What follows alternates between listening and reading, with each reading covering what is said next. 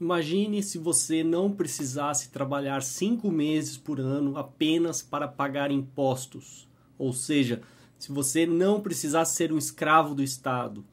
Imagine que você não precisasse se preocupar com políticos inúteis, vereadores, deputados, senadores, criando leis estúpidas sobre sua vida.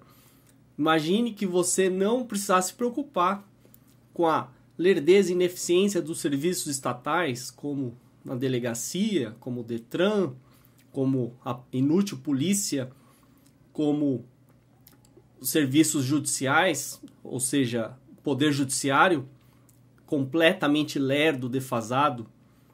Imagine que você tivesse realmente liberdade individual para empreender e que os frutos do seu trabalho fossem seus e você não fosse obrigado a transferir parte da sua renda para ninguém, principalmente para nenhum tipo de burocrata. Se você gosta desse exercício de imaginação, então você está no vídeo certo. Bem-vindo ao anarcocapitalismo. Antes de definir o anarcocapitalismo, eu quero deixar bem claro aqui que a intenção desse vídeo é refletir apenas a minha opinião sobre o anarcocapitalismo. Eu não tenho a pretensão aqui de falar em nome de todos os anarcocapitalistas do mundo, até porque existem divergências e existem diversas soluções para os mesmos problemas. Também não quero aqui criar uma briga, uma intriga entre minarquistas, anarcocapitalistas ou qualquer outra vertente libertária. Não é essa a intenção. Os libertários já são poucos, então criar uma cisão, uma separação entre os libertários é piorar a situação atual. Dito isso, quero definir o que significa anarcocapitalismo. Anarco, anarquia, deixando bem claro, não tem nada a ver com o termo original da anarquia, não tem nada a ver com anarcossocialismo, anarcossindicalismo ou qualquer um desses tipos de anarquismo. Anarquia significa ausência de coerção, ausência do Estado, porque o Estado é baseado em coerção. E capitalismo significa propriedade privada com fins lucrativos, trocas voluntárias, o mercado livre. A gente poderia também chamar de liberalismo, seria um termo melhor, já que capitalismo se tornou um termo pejorativo. Mas eu vou usar capitalismo para facilitar. Primeiro, só para refrescar a memória, eu tinha feito aquele vídeo sobre o princípio da não agressão, que diz que é ilegítimo agredir não agressores, ou seja, o que significa agredir alguém? Significa você, por exemplo, roubar, sequestrar, matar, você atentar contra a liberdade individual de uma pessoa pacífica que não lhe agrediu. Eu até gosto de interpretar esse axioma libertário, esse princípio libertário, da seguinte forma: você tem o direito de se defender caso seja agredido. Obviamente, você não tem o direito de iniciar agressão contra pessoas não agressoras, contra pessoas pacíficas. Partindo desse princípio, você deriva todo o resto do sistema anarcocapitalista. Então é muito importante que durante esse vídeo vocês tenham em mente esse princípio libertário. Se você não concorda com esse princípio, não tem como você entender o que é dito nesse vídeo. Se você concorda com esse princípio, então você tem que automaticamente discordar da ideia estatal que depende da cobrança de impostos. Porque imposto, como o próprio nome diz, é algo imposto, você não tem escolha, ou seja, viola o princípio da não agressão. Tem um vídeo aqui no YouTube chamado A Filosofia da Liberdade que exemplifica muito bem isso, então eu recomendo que assistam. Teoricamente é um vídeo perfeito, mas nesse vídeo eu quero ir além da teoria e mostrar alguns exemplos práticos de como seria uma sociedade anarcocapitalista. Ao contrário do que muita gente pensa, não é uma sociedade sem regras, muito pelo contrário. A diferença é que não teríamos a nefasta influência estatal em nossas vidas, teríamos muito mais liberdade e todos seríamos mais ricos. Como eu falei, no caso do Brasil, ninguém seria obrigado a trabalhar 5 meses por ano, quase metade do ano, apenas para pagar impostos. Os brasileiros estão em situação de escravidão. Isso é fato, não há como negar isso. Não é porque você nasceu pagando imposto e aceitou o fato que isso o torna menos escravo. Você é tão escravo quanto qualquer escravo que é obrigado a fazer algo que não quer.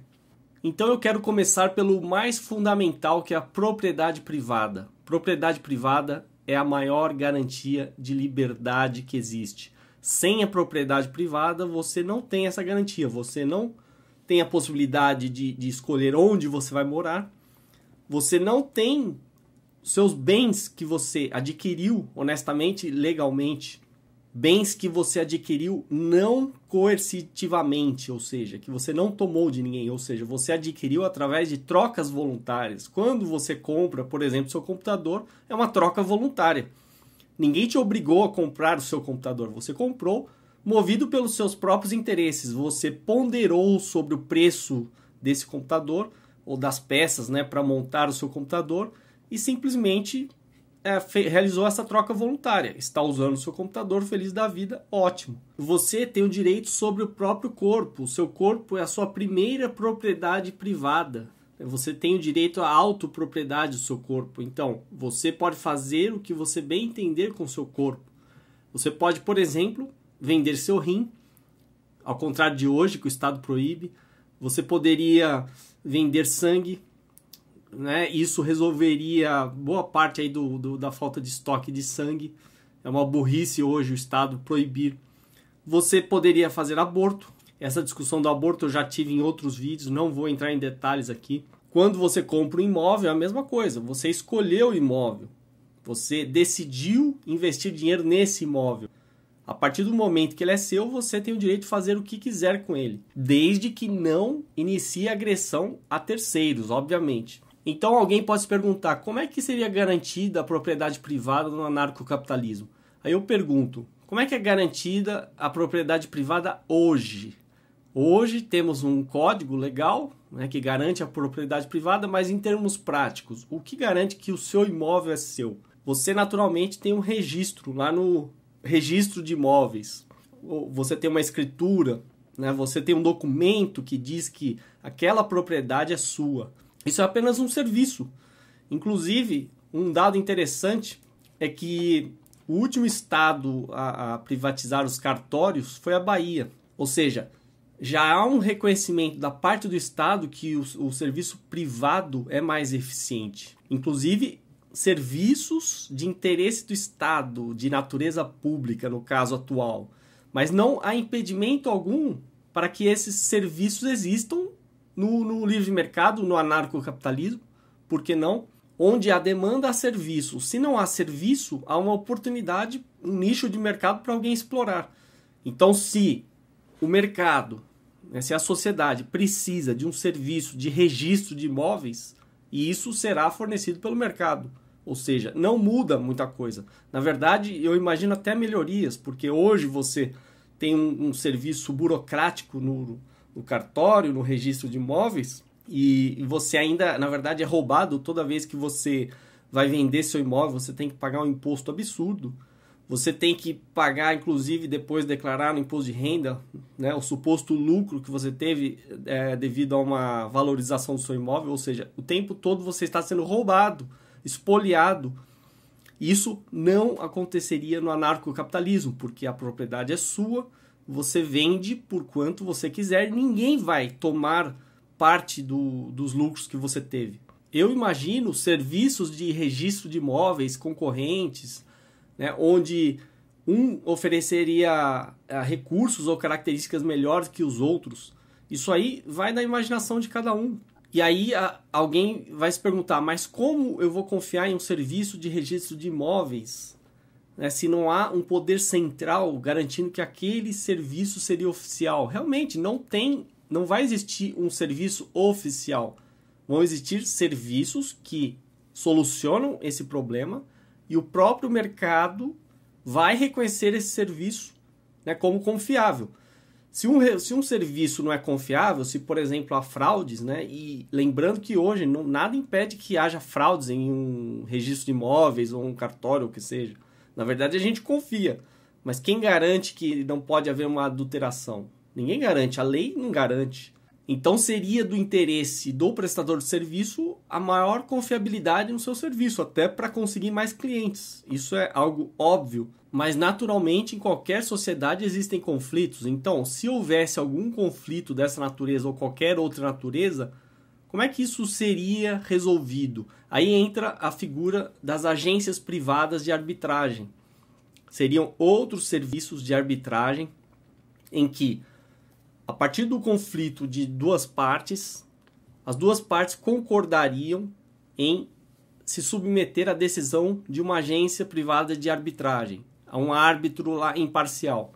Lembrando, por curiosidade, que hoje no Brasil o próprio Estado já aprovou uma lei de arbitragem, ou seja, o próprio Estado reconhece a ineficiência do Poder Judiciário. E tem uma lei de arbitragem no Brasil em que duas partes em conflito podem nomear um terceiro de confiança para decidir sobre o conflito entre as partes. E o que esse terceiro decidir, as partes terão que acatar. É claro que alguém vai levantar a dúvida. E se uma das partes não quiser, não aceitar, né, se submeter a tal árbitro? É um problema dele. Ele pode não se submeter, mas isso não vai fazer o problema ser resolvido. Então a grande questão que se coloca aqui é: as pessoas querem resolver os problemas ou perpetuar os problemas? É muito mais natural e saudável que elas queiram resolver os seus problemas. Ninguém está interessado em criar mais problemas para a sua vida. Só que a grande vantagem da arbitragem, na minha opinião, é porque as duas partes concordam com a decisão de um árbitro que as duas escolhem. É totalmente diferente de hoje você entrar com um processo na justiça, né, que mesmo a justiça vai tentar uma conciliação antes, mas muitas vezes não tem essa conciliação, e esse processo vai ser atribuído a um juiz natural, qualquer, que você não escolhe. Ou seja, você vai ter que aceitar na marra a decisão desse juiz, baseado em leis também que nem sempre você vai concordar. Eu não estou dizendo que a agência de arbitragem ela vai tomar decisões para agradar as pessoas. Ela tem a obrigação de ser o mais imparcial possível. Porque se ela não for imparcial, vai cair em descrédito, vai perder clientes para outras agências de arbitragem. É engraçado que os críticos do anarcocapitalismo eles sempre pensam na pior hipótese possível, ou seja, diante de um conflito, as pessoas vão agir como animais e se matarem, quando na verdade não tem absolutamente nada a ver com isso. É como se as pessoas não conhecessem a natureza humana. O mercado ele só pode existir em um ambiente pacífico, ele não pode existir em uma zona de guerra. Então, a quem interessa começar mais e mais conflitos? Pelo contrário, como a Ayn Rand já dizia, o estatismo, sim, é um ambiente violento, é um ambiente coercitivo, é um ambiente que tira dinheiro das pessoas, que impõe regras e leis que nem sempre elas concordam. Ao contrário, o anarcocapitalismo seria um ambiente que iria promover muito mais a paz, né, e a resolução de conflitos de forma inteligente do que simplesmente usar o poder, a força estatal para impor a vontade do Estado. Isso não quer dizer que não existiriam conflitos. É claro que existiriam e é claro que os conflitos poderiam não ser resolvidos da melhor maneira.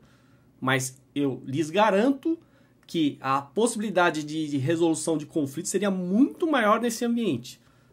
Porque em um ambiente que não existe coerção, em que as pessoas não estão submetidas a podemos dizer, a maior agência que é o Estado hoje, que de fato detém o monopólio não só do território, como das regras e de todos os aspectos da sua vida, com certeza elas teriam muito mais liberdade para achar soluções e alternativas viáveis, que hoje, por exemplo, a lei não permite.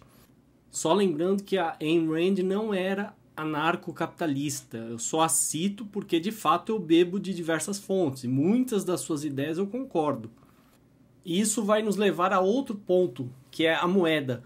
Em um ambiente sem Estado, sem Banco Central, quem iria decidir como seria a moeda? Lembrando que, por exemplo, o Banco Central é completamente inútil, desnecessário. Veja o caso do Panamá, que não tem Banco Central e ninguém lá está sentindo falta do Banco Central. Muita gente reclama contra monopólios, mas se esquece que o maior monopolista, inclusive em relação à moeda, é o Estado. Só ele pode emitir moeda. Ele decide que tipo de moeda, que valor vai ter, e ele interfere na economia de tal forma que gera essa situação grotesca. No caso do anarcocapitalismo, sem Estado, sem Banco Central, nós poderíamos ter os bancos emitindo as próprias moedas. E aí eu cito o livro do Nobel em Economia Friedrich von Hayek, A Desestatização do Dinheiro, vale a pena ler, onde ele propôs uma solução para termos várias moedas concorrendo no mercado. Por exemplo, vamos supor que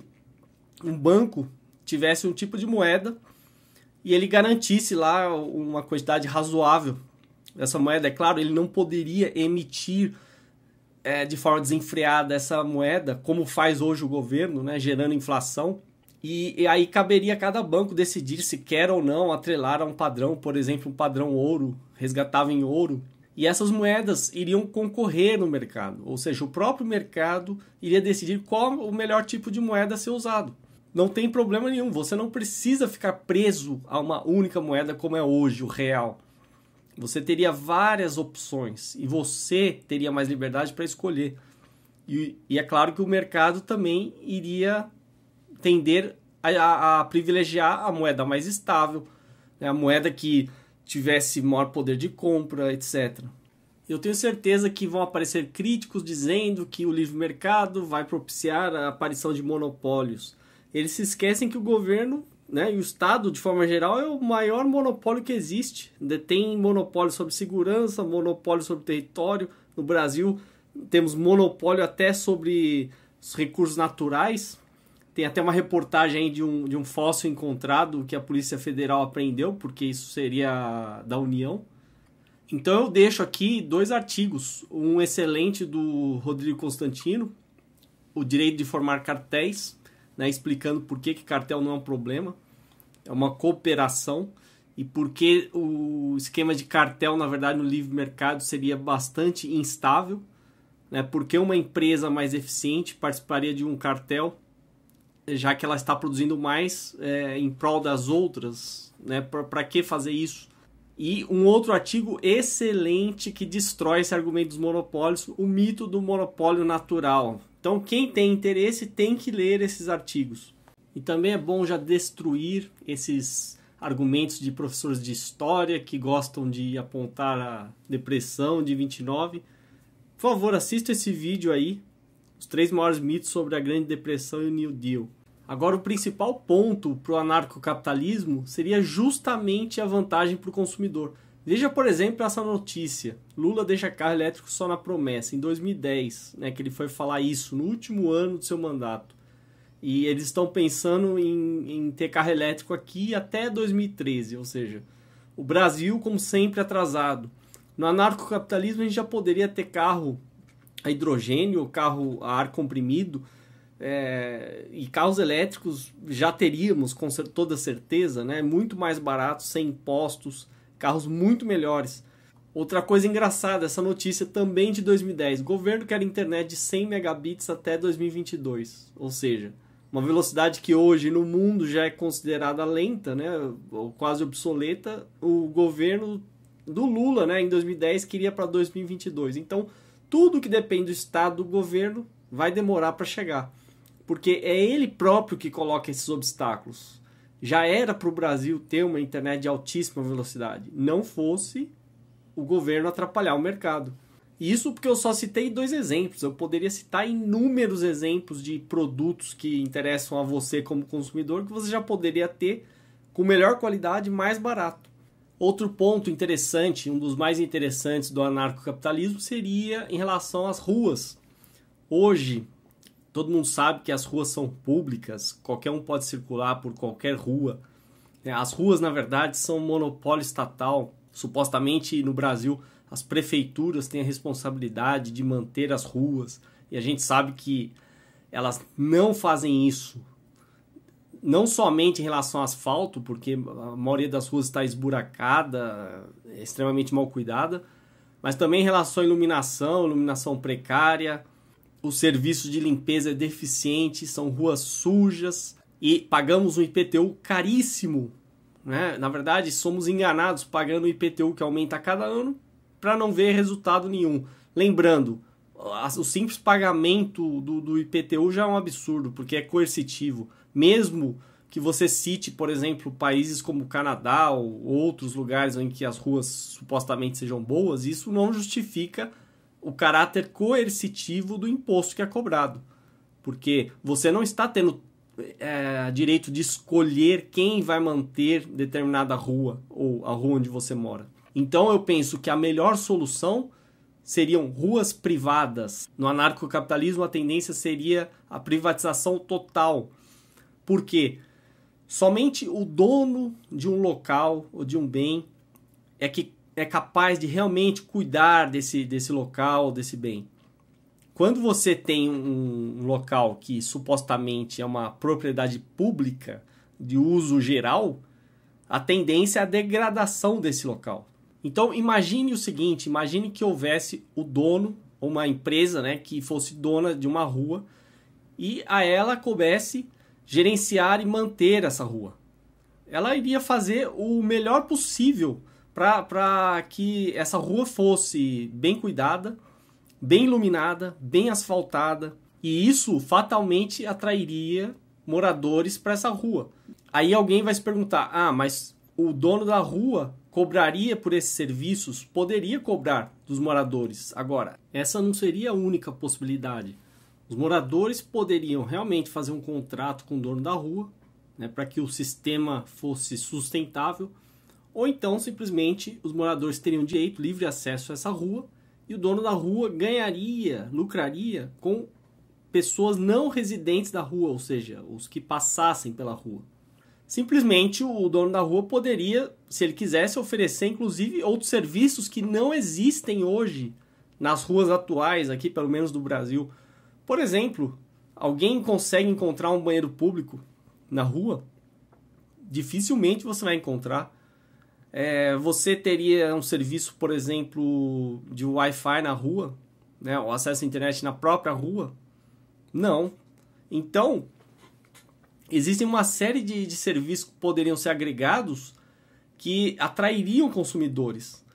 Eu penso na rua inclusive como um serviço. Se ninguém quisesse manter a rua inevitavelmente chegaria à degradação. Na verdade, não seria muito diferente do que acontece hoje, porque hoje nós temos a premissa, né, ou a promessa de que a prefeitura vai cuidar das ruas, mas ela não cuida. Com muito custo, com muita reclamação, você consegue um tapa-buraco, mas a rua continua irregular, totalmente deformada. Então, a melhor solução continuaria sendo ruas privadas. É claro que alguém pode pensar em um caso mais básico, onde a rua seria propriedade comum, só que isso você tem que analisar as enormes desvantagens disso. Se a rua fosse propriedade comum ou ainda propriedade dos moradores, esses teriam que entrar em um acordo para saber como ela seria mantida. E ainda teria vantagem, porque, por exemplo, ruas residenciais que não quisessem que alguém que não fosse morador circulasse nessas ruas, poderiam simplesmente fechar essa rua à noite, por exemplo, né? Ou até o dia inteiro. Aí você vai se perguntar, mas como nós teríamos ruas fechadas? Hoje nós já temos ruas sem saída, nós não temos ruas que são fechadas. O acesso a essas ruas, inclusive, poderia ser cobrado, porque seriam ruas privadas. Ou seja, isso também aumentaria a segurança dos moradores do local e faria as pessoas valorizarem o acesso, né, que elas têm, por exemplo, caso fosse pago, a determinados locais. Ou seja, evitaria inevitavelmente desperdício de pessoas circulando e inclusive pessoas indesejadas, né? Inclusive ladrões, mendigos, por exemplo, ou simplesmente gente querendo descartar entulho. Hoje, por exemplo, não tem nada que impeça alguém de descartar o entulho aqui na rua onde eu moro, por exemplo. Se eu quiser, eu jogo entulho, jogo móveis velhos e não haverá fiscalização nenhuma. Em uma rua privada isso não iria acontecer. Mas aí você começa a se questionar, como é que não haveria uma tendência às ruas ficarem fechadas e as pessoas serem impedidas de circular? O mercado, ele depende da circulação de pessoas. Como é que o comércio ia sobreviver se as pessoas não tiverem acesso? Imagina, por exemplo, um shopping. Um shopping ele tem uma área grande, né? Ele permite a entrada, fornece estacionamento. Dentro do shopping você tem vielas para os consumidores circularem. Tudo isso para facilitar o acesso às lojas. A mesma coisa no anarcocapitalismo. Como é que você vai ter acesso ao comércio, às lojas, supermercados e todo tipo de serviço? Você tem que ter essa liberdade de circulação. Então seria inviável criar esse impedimento, porque o próprio comércio seria prejudicado. Então seria principalmente do interesse do comércio facilitar a circulação. Eu até arrisco dizer, muitas vezes, se você imaginar ruas comerciais, onde só há comércio, os próprios comerciantes teriam maior interesse em manter essas ruas plenamente acessíveis à população e muito bem cuidadas para atrair o maior número possível de consumidores, assim como acontece nos shoppings. Se você está dentro de um shopping, você tem segurança, você tem um ambiente limpo, né? Por isso que eles atraem consumidores. Agora, imagine ruas bem cuidadas, quase comparáveis a uma limpeza, né? Um cuidado que um shopping tem. Seria perfeito para o consumidor, sentiria seguro e poderia fazer as suas compras à vontade. Uma outra aplicação bem interessante para quem gerenciasse as ruas seria aproveitar o potencial que elas têm para gerar energia. Por exemplo, poderiam ser instalados sensores no asfalto, né, ou até mesmo nas calçadas, e os carros que passassem nessa rua, e aí seria um incentivo para deixar a rua livre circulação, gerariam energia para a própria rua, seja para iluminação, seja até mesmo para os moradores da rua. Inclusive, esse mercado de geração própria de energia solar, eólica, iria disparar, porque não faz sentido hoje você poder abastecer de energia uma casa com energia solar, por exemplo, e simplesmente esse equipamento ser tão caro devido a impostos do governo, devido à burocracia, devido a encargos, etc. É claro que o governo quer que você dependa dele o máximo possível. Daí essa dependência da rede tradicional elétrica, né? E esse apelo à construção de grandes usinas, né? Projetos estatais, quando na verdade a gente deveria caminhar no sentido contrário, as pessoas gerarem a própria energia. Seria muitíssimo melhor.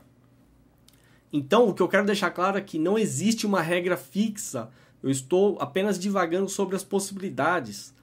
Você poderia ter ruas fechadas, ruas semiabertas, ruas abertas, ruas bem cuidadas, ou ruas como hoje mal cuidadas também.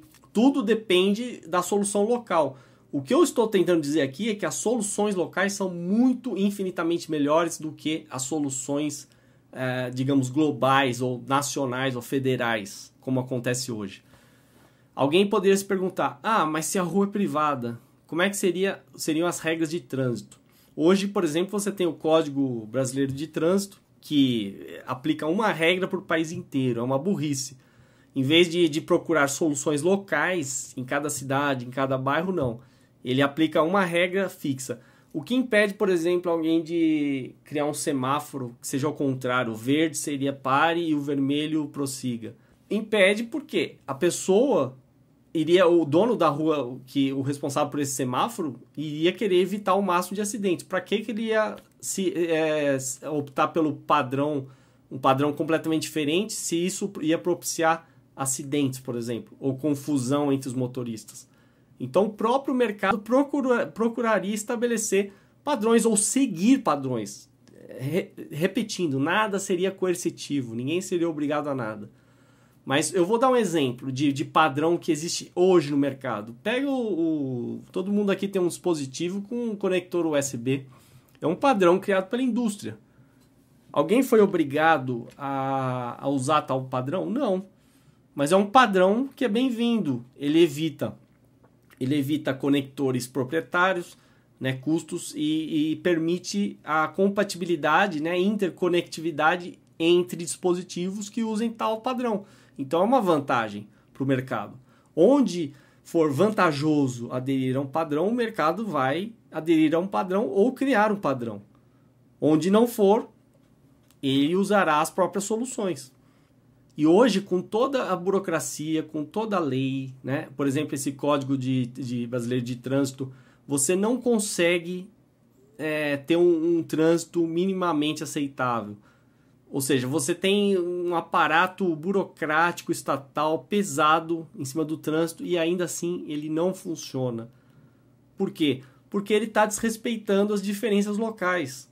Porque simplesmente as ruas são públicas, todo mundo faz o que quer.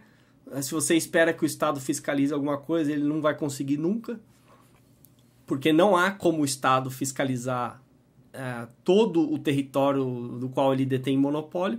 Então é uma extrema burrice. Seria muito melhor ter ruas privadas com regras locais privadas e fiscalização local. Seria milhões de vezes mais eficiente do que você imaginar que o Estado seja onisciente, onipresente e possa controlar tudo e todos.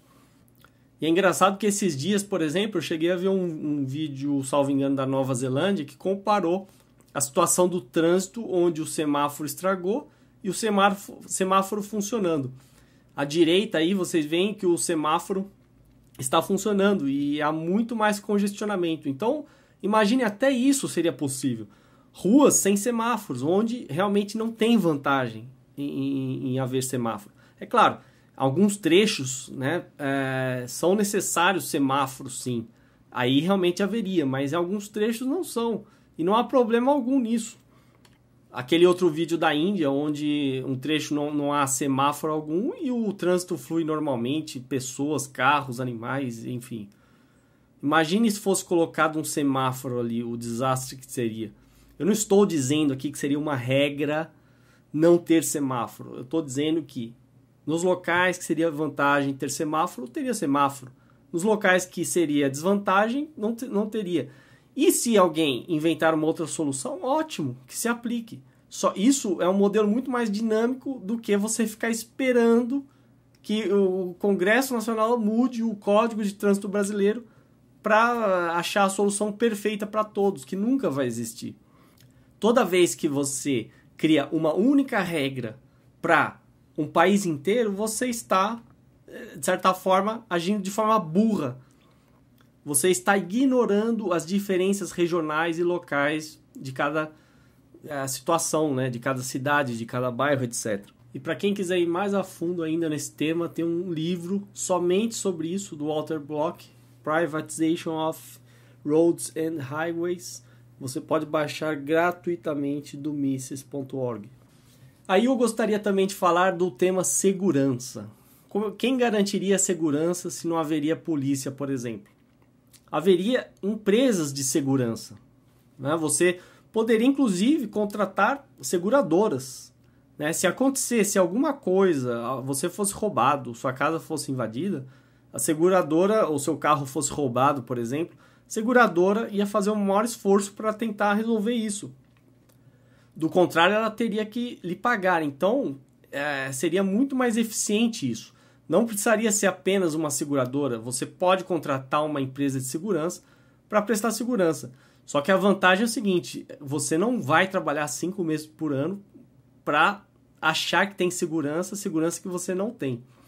Além do que, não teria impedimento nenhum a você ter uma arma. Se você tivesse uma arma, por exemplo, de repente a empresa de segurança até diminuiria a apólice de seguro, porque você está mais protegido, teria mais condições de se defender. Seria uma vantagem. Vamos pegar o exemplo aí da Suíça, que é o país mais armado do mundo e tem o menor índice de criminalidade ou índices baixíssimos de criminalidade.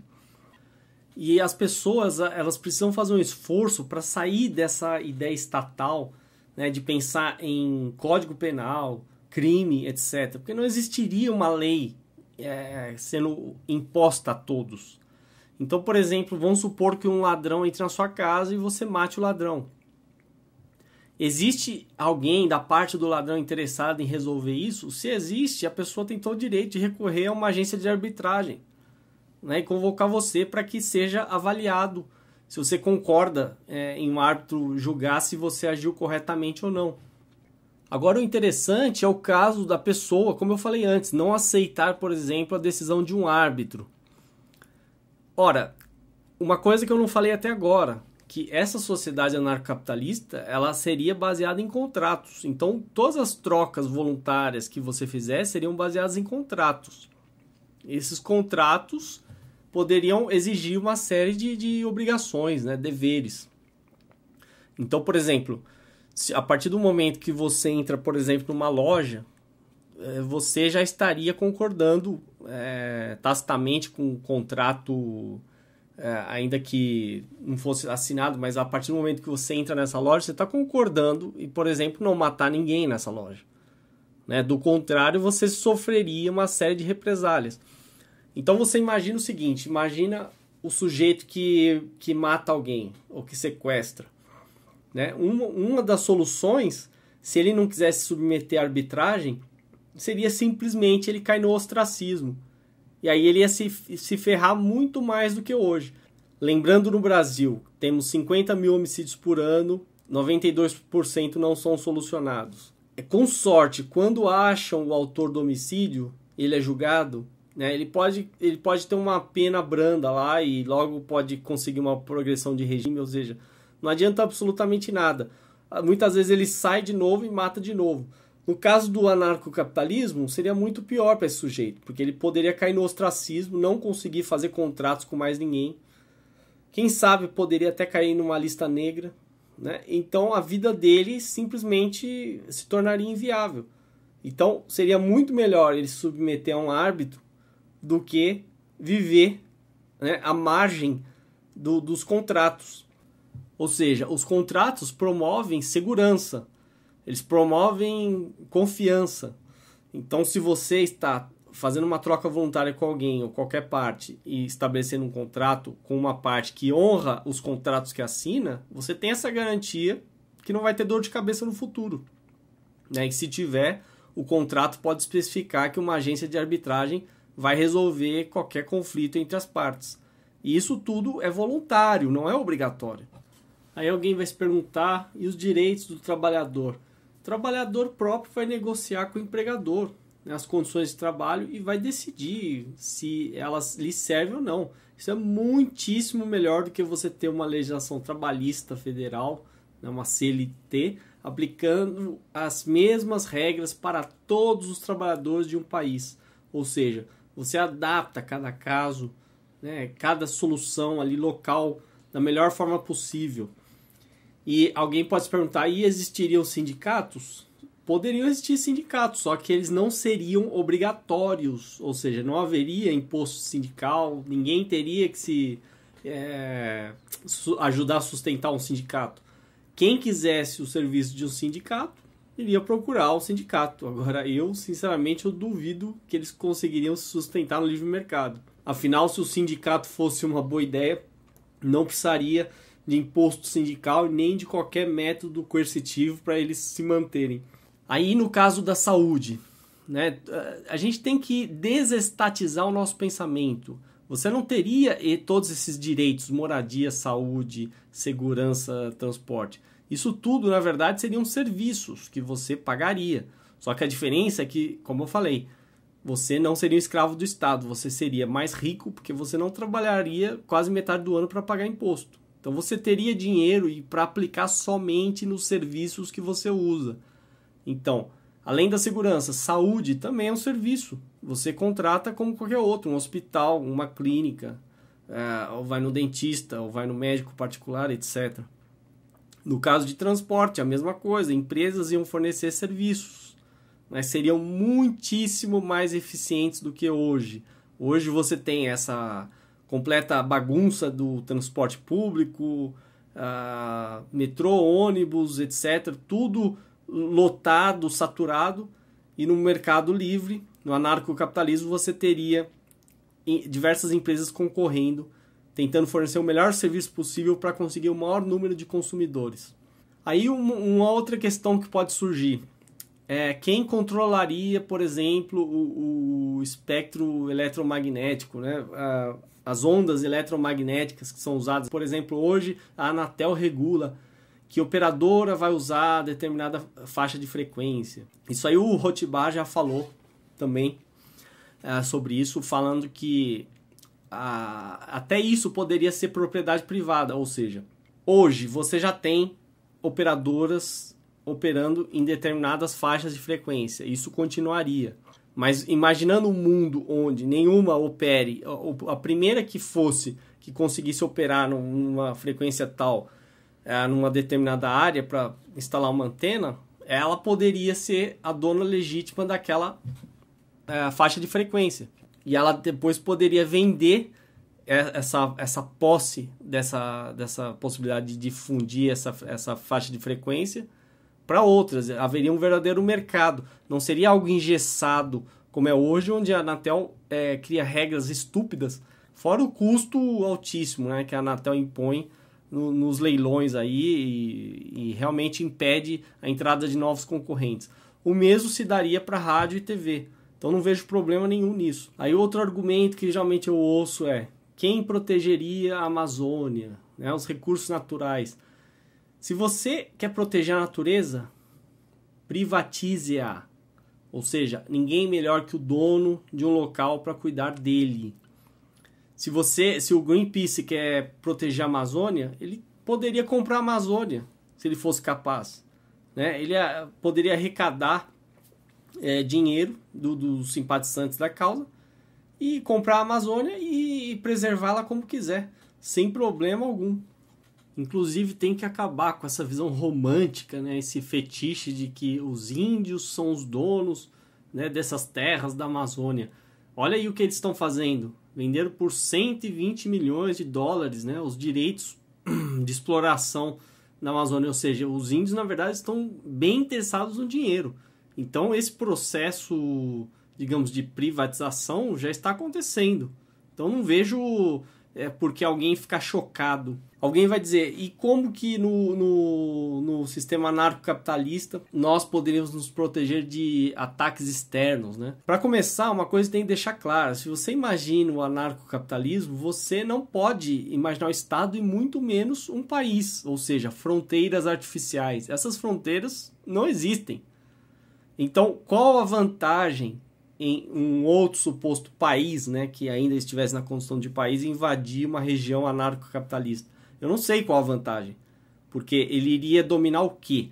Não haveria autoridades, não haveria um comando central, e ele teria o quê? Se ele conseguisse entrar nessa região e dominar a população, o que eu acho que seria muito mais difícil, porque a população teria toda a liberdade não só de se defender por conta própria, mas contratar empresas de segurança especializadas nisso para defender uma determinada área. Se ele conseguisse, ele ia enfrentar uma resistência brutal.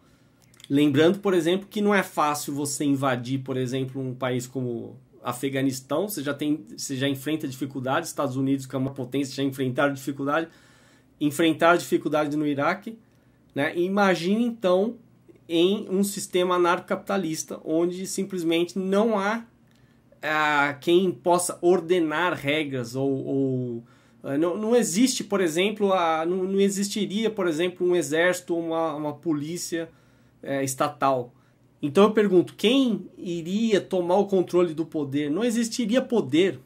Então não faz sentido você falar nisso. Fora que se você é ingênuo e acredita no poder do exército brasileiro para defender o território nacional, tira o cavalinho da chuva e dá uma olhada nessa matéria.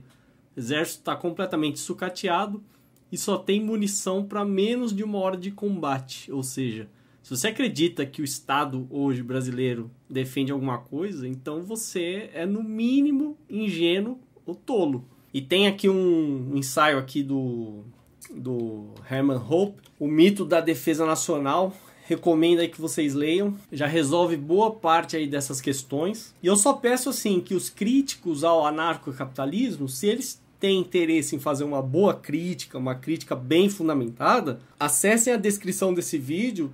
Coloquei várias referências, tanto em texto, em vídeo, em livros, e dediquem algum tempo a ler isso. Tentem achar as brechas. Na verdade, se fizessem isso, estariam até prestando um serviço, porque nenhuma ideia está imune a críticas. Então, se você quer apresentar uma falha em uma determinada ideia, então faça sua crítica, mas bem fundamentada. Esse vídeo aqui não tem a pretensão de esgotar o assunto. Tem muito texto, muito material disponível na internet. Eu estou dando apenas aqui uma introdução sobre como seria uma sociedade voluntária, uma sociedade baseada em contratos, em trocas voluntárias, uma sociedade que não seria baseada na coerção e uma sociedade que seria muito mais próspera e muito mais rica, porque, como eu falo, como eu digo e repito, o mercado é o maior produtor de bens e serviços. Sem o Estado para atrapalhar, você só tem prosperidade. Eu digo que o anarcocapitalismo é como você tirar o que não presta, que, ou seja, a parte estatal, e ficar com o que deu certo, o capitalismo. Muita gente tem uma opinião equivocada sobre o capitalismo, achando que o capitalismo é o problema, quando na verdade eles estão se referindo ao capitalismo de Estado, né? Esse capitalismo, esse falso capitalismo que a gente deveria rejeitar, e muitas vezes eles estão se referindo ao estatismo. Então eles não sabem o que eles estão criticando. E para finalizar, eu não sou ingênuo aqui de acreditar que o anarcocapitalismo se tornará realidade da noite para o dia, ou no mês que vem, ou no ano que vem, ou daqui a 50, 100 anos, 200, 1000 anos. Eu não sei quando se tornará realidade. Tá? Inclusive, alguns críticos aí que estão esperando, perguntando que país adotou anarcocapitalismo? Ou que região do mundo? A gente não pode ficar esperando o mundo testar ou tentar implementar esse tipo de modelo para depois a gente fazer. Isso aí é uma posição muito medíocre e medrosa. Senão você nunca será pioneiro em nada. Ou você realmente adota uma ideia e tenta colocá-la em prática, ou então você vai ficar esperando até a morte. Eu, inclusive, sou até pessimista. Eu tenho certeza que eu vou morrer com o Estado nas costas. Só que isso não me impede de divagar aqui sobre ideias que eu simpatizo. Então, para quem acompanha meu canal, é isso que eu defendo. É uma sociedade pacífica, baseada no mercado, né? Soluções privadas, trocas voluntárias, né? Contratos. É isso, sem Estado, sem políticos, sem ministros, sem leis estúpidas, soluções bem mais inteligentes. Se você tem dúvida em mais algum ponto, eu recomendo a leitura desse livro, For a New Liberty, né, o Manifesto Libertário do Murray Rothbard. Esse talvez seja o autor mais importante quando a gente fala em anarcocapitalismo. Existe um outro livro do David Friedman, Engrenagens da Liberdade, que tem um outro tipo de abordagem. Também recomendo Defendendo o Indefensável, do Walter Block. Tem vários exemplos interessantes. E um outro chamado Teoria do Caos, do Robert Murphy, também bem acessível. Fora isso, você pode acessar no Mises, né? Uma literatura vasta, tem muito artigo e muitos livros disponíveis gratuitamente, tanto no Mises daqui do Brasil e o internacional, no portal libertarianismo.org, do Juliano Torres, também tem muitos livros bons, você pode baixar. Então, procure ler e aprender se você tem interesse genuíno no tema. Eu agradeço quem ouviu até agora, e se quiser deixar um comentário, fica à vontade. Se quiser fazer uma vídeo-resposta, fica à vontade. Isso aqui pode ser talvez o começo de uma série de vídeos. Quem sabe eu faça outros aprofundando mais em algum tema específico. E não temam ideias. Tenham interesse pelas ideias. Como o Mises falava, somente ideias superam ideias. Então vamos discutir ideias. Enquanto isso, voltando à realidade, você que ainda não está convencido e defende o Estado, pode se deliciar com o quanto você está pagando para o seu mestre, para o seu senhor, que o tornou escravo do Estado. Trabalhe 5 meses apenas para pagar imposto.